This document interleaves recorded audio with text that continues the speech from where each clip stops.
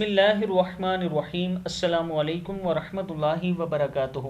Daily محمد channel کی طرف سے آج میں اپنے دوستوں کو رسول اللہ صلی اللہ علیہ وآلہ وسلم کا ایک فرمان بتاؤں گا۔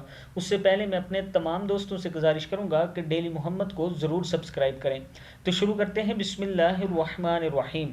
حضرت انس بن مالک رضی اللہ تعالی عنہ فرماتے ہیں کہ رسول اللہ صلی اللہ علیہ وآلہ وسلم نے ارشاد فرمایا، جب میں جنت میں داخل ہوا تو میں نے جنت کے دونوں طرف 3 سطریں یعنی 3 لائنیں سونے کے پانی سے لکھی ہوئی دیکھی۔ پہلی لائن لا الہ الا اللہ محمد الرسول اللہ، دوسری جو ہم نے آگے بھیج دیا یعنی صدقہ وغیرہ کیا اس کا ثواب پا لیا، جو دنیا میں کھا پی لیا اس کا نفع اٹھا لیا، اور جو کچھ ہم چھوڑ آئے اس میں ہمیں نقصان ہوا۔